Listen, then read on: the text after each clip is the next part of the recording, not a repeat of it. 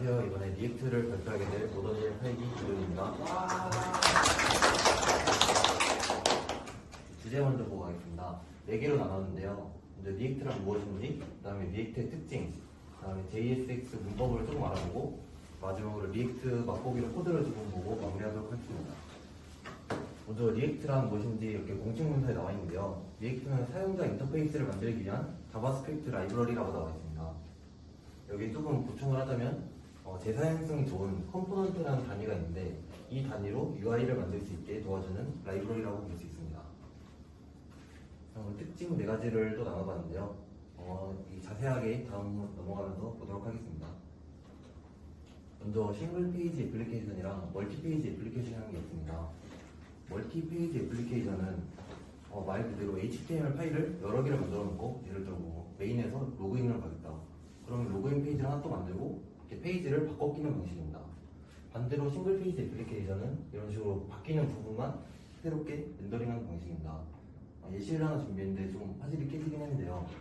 이런 식으로 버튼을 누르면 저 왼쪽이랑 아랫부분이 변하지 않고 이런 식으로 가운데 부분만 변하게 되면서 좀 부드럽게 모바일 앱 같은 사용자 경험을 제공해 줄 수 있습니다. 다음으로 리액트의 특징 중에 버추얼 돔이라는 게 있는데요. 돔이라는 거는 다들 한 번쯤은 들어보셨을 거예요. 도큐먼트 오브젝트 모델이라고 하는 건데 이 HTML 태그들을 객체 형태로 나타내서 트리 형태로 표시되는 것을 돔이라고 하는데요. 리액트는 이거에 복사본을 가지고 있습니다. 이 복사본을 가지고 무엇을 하느냐면 렌더링을 할 때 사용을 하게 되는데요.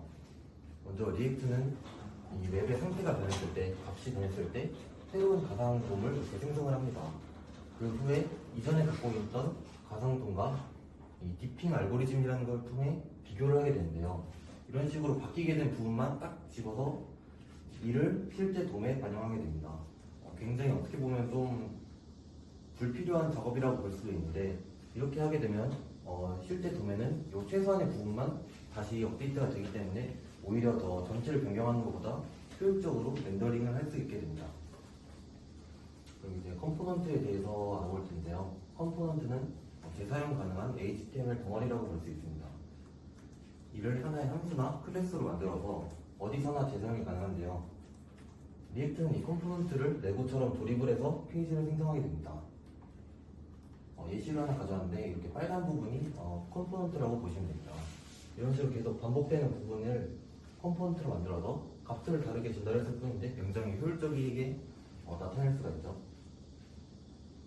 이렇게 프롭스에 대해서 알아볼 텐데 프롭스는 상위 컴포넌트에서 이런 식으로 전달되는 4개 변수입니다. 여기 붕어빵 틀을 예시로 준비했는데 프롭스로 팥이랑 슈크림, 고구마 이렇게 좀 다른 프롭스를 전달함으로써 같은 컴포넌트인데도 다 다른 붕어빵이 되고 있는 것들이죠. 이 왓챠피디아도 마찬가지로 이미지나 영화 제목, 연도 등이 프롭스로 제공이 되어서 똑같은 컴포넌트임에도 다른 정보를 이런 식으로 표현할 수가 있습니다. 그리고 스테이트라는 것이 있는데요. 이는 컴포넌트 내부의 동적인 상태를 의미합니다. 스테이트라는 이름에 맞게 이런 식으로 검색어가 변할 때마다 상태가 지금 계속해서 변하고 있죠. 스테이트를 이제 통해서 컴포넌트를 조금 더 동적으로 사용할 수 있게 됩니다. 이렇게 리액트 사용하는 이유를 알아보았고 실질적으로 알아보기 위해서 리액트를 사용하기 위해서 JSX라는 새로운 문법이 있는데요. 그렇게 어렵진 않고 자바스크립트랑 XML, HTML 합친 거라고 보면 됩니다. 자바스크립트에서도 HTML 태그를 사용할 수 있게끔 확장된 문법이라고 보시면 돼요. 이런 식으로 리절트라는 변수에다가 태그를 이런 식으로 담을 수 있는데요. 굳이 쓰지 않더라도 이렇게 react.create 엘리먼트를 통해서 태그를 활용할 수가 있습니다. 근데 이렇게 쓰게 되면은 지금은 하나뿐이라도 괜찮지만 태그가 깊어질수록 조금 이렇게 쓰면은 귀찮아지겠죠. 그렇기 때문에 JSX를 사용하시는 것이 좀 권장이 되고요. 또 이런 식으로 HTML 태그 안에서 중괄호를 이렇게 해가지고 여기서 조건문이나 반복문 이런 문법을 사용할 수가 있습니다. 보통은 리액트에서는 이렇게 함수 형태로 컴포넌트를 만들게 되는데요. 이런 식으로 태그를 리턴하고 이렇게 바로 HTML 태그 형태로 사용을 할 수가 있습니다. 이렇게 웹에서 확인해보면 헬로 월드가 잘 나오고 있는 모습인데요. 기본적인 형태에 대해서 알아봤으니까 프롭스를 한번 전달을 시켜보도록 하겠습니다. 아까 예시와 마찬가지로 붕어빵이라는 컴포넌트를 만들어 보았는데요. 상위 컴포넌트에서 재료를 팥이랑 고구마 슈크림을 전달하고 프롭스에 재료를 한번 표현을 해보도록 하겠습니다. 웹에서 표현해보면 같은 컴포넌트인데도 프롭스의 전달만으로 서로 다른 정보를 표현할 수가 있고요.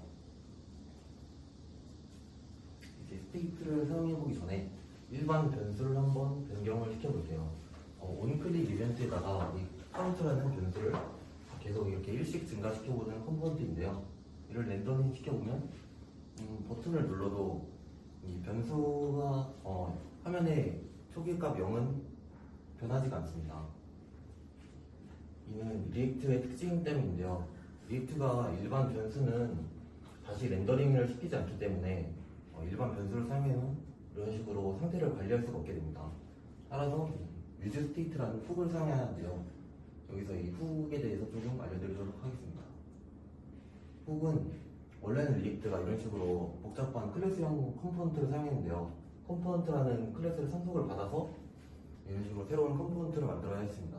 하지만 이 문법이 워낙 좀 복잡하고 생성자나 슈퍼 디스 이런 것들이 나오고 있는데 이런 불편함을 해결하기 위해서 리액트 2019년에 이 클래스형 컴포넌트에 있는 스테이트나 현재 발표에 나오지 않지만 생명주기 함수 이런 것들을 사용하기 위해서 이런 식으로 갈고리를 걸어서 함수형 컴포넌트에 사용을 하겠다 해서 훅이라는 이름으로 불리고 있고요.